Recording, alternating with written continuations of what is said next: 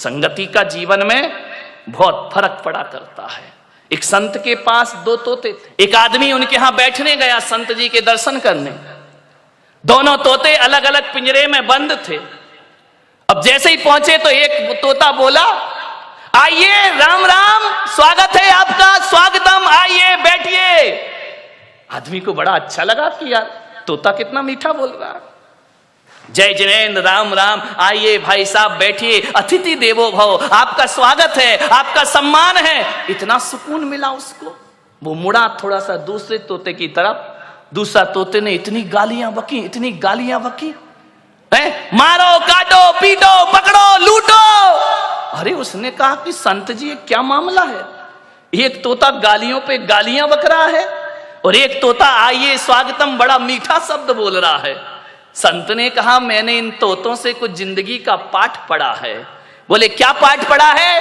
बोले जब ये तोते पैदा हुए थे, एक तोता मैंने डाकू के घर भेज दिया था और एक तोता मैंने साधु के घर भेज दिया था। अरे जो साधु का तोता था वो कहता था राम राम तुम्हारा स्वागत है, और जो डाकू के घर पला है वो कहता है मारो, काटो, पकड़ो और लूटो। ये संगति का फल है। तोता तो एक ही है ना, किस घर में पड़ा है? एक बात याद रखना, भीलनी के घर में पड़ा हुआ चंदन तिलक लगाने के काम नहीं आता, चूल्हे में जला करके रोटियां बनाया करती है। ध्यान रखना, भीलनी के घर में रखा हुआ हीरे का टुकड़ा आभूषण नहीं बनता है, वो पैर घिसने के काम आया करता। कहां पड़े हो आप? चंदन पड़ा चमार घर, ध्यान रखिए, नित नित कूटे चाम।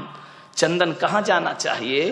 किसी पंडित पुजारी के पास जाए तो माथे का तिलक बनेगा, और ऐसी जगह चला जाए जहां रोज चमड़ा कूटा जाएगा। ध्यान रखिए, सोचना है आपको, आप कीमती हैं, आप महत्वपूर्ण हैं। दोस्ती को ध्यान में रखिए, किसके साथ आपका उठना बैठना है।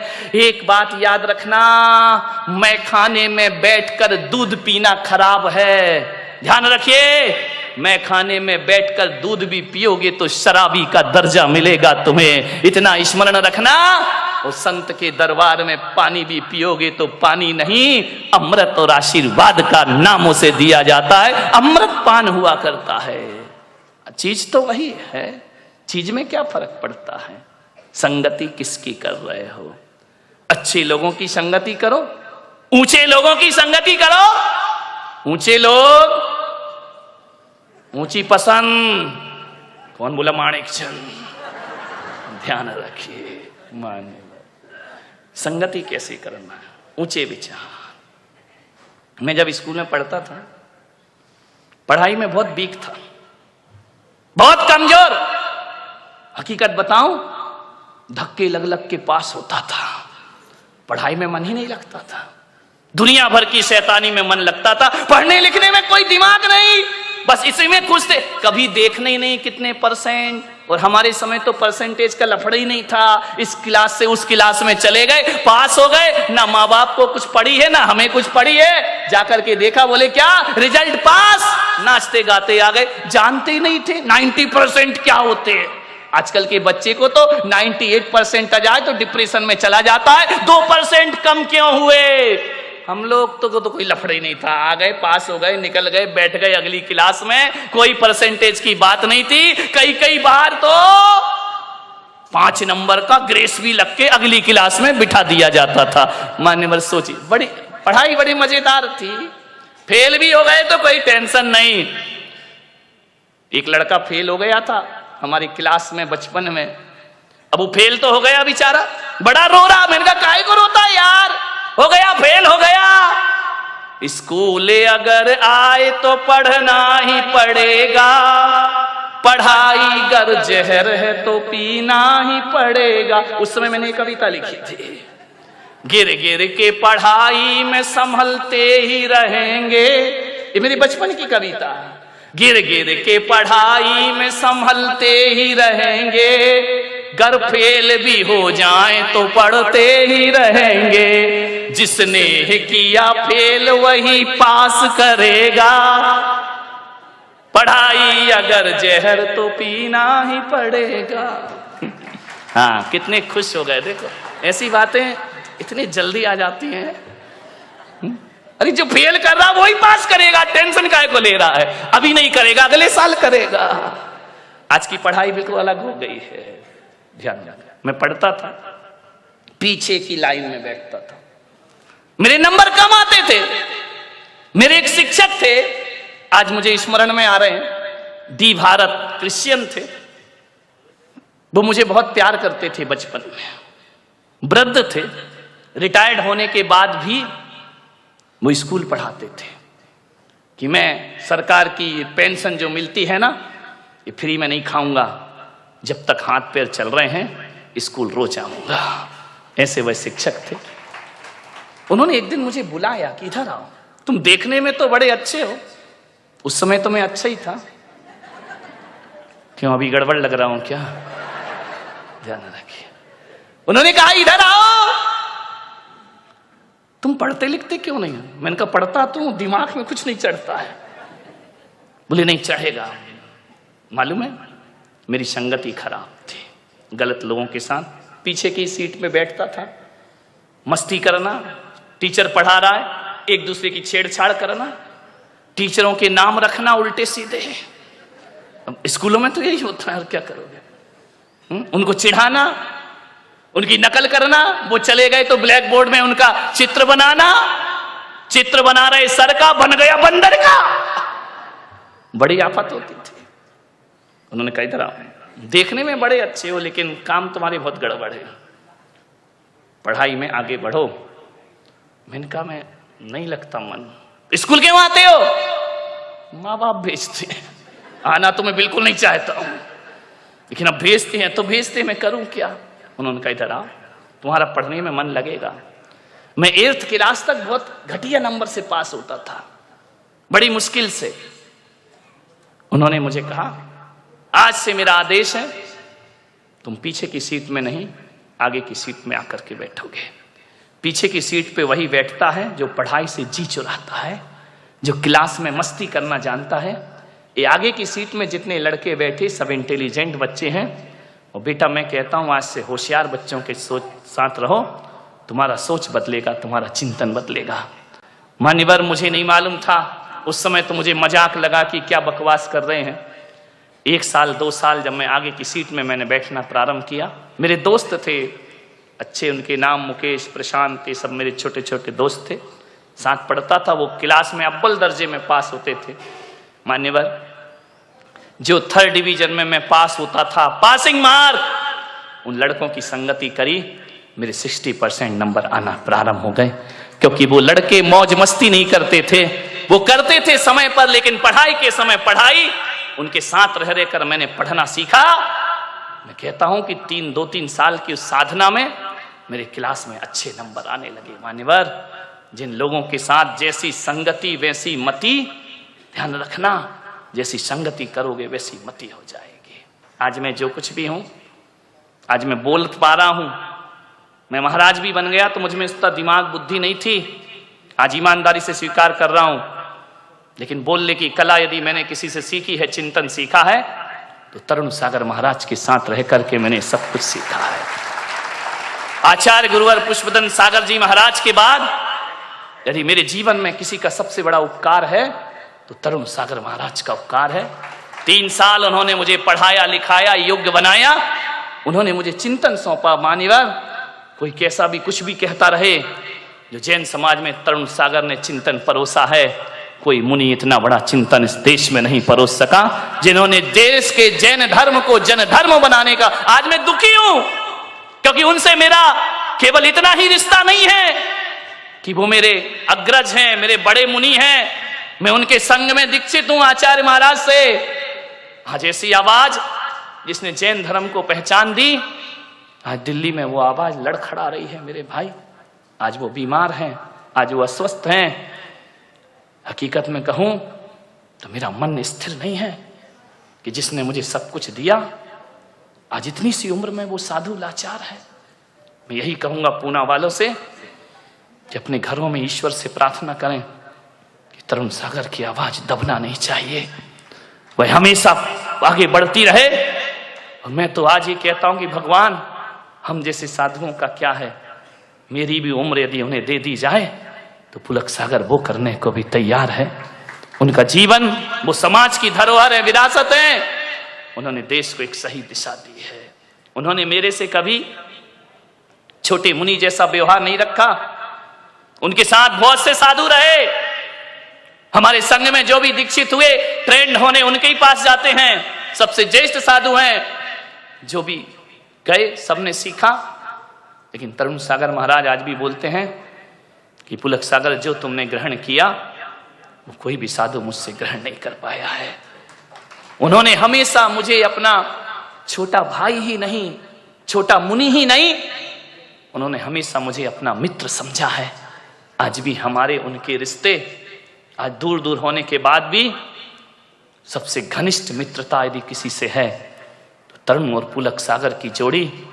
नॉर्थ में जाकर के आप देखेंगे, यदि मैं उत्तर प्रदेश में चला जाऊं ना, दिल्ली में चला जाऊं, तो आज भी दिल्ली वाले मुझे छोटा महाराज कहकर बुलाते हैं।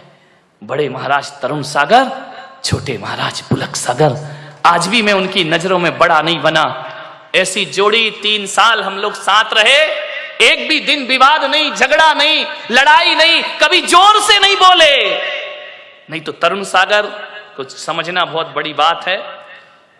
लेकिन आज तक मैं इस भरी सभा में कह रहा हूं कि कभी हम दोनों के बीच में तू मैं नहीं हुई।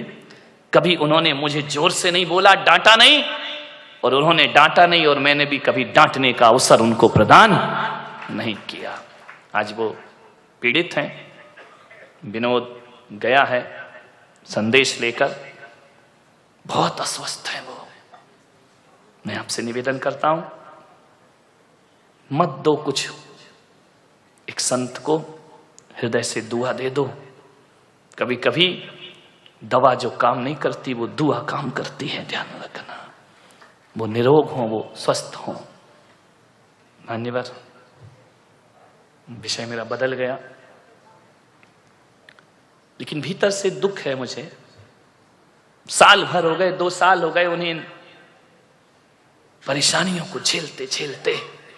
यहां से भी गए थे तो बीमार ही थे। खैर, मैं इतना ही कहूंगा कि जिंदगी में दोस्ती हमेशा याद रहती है।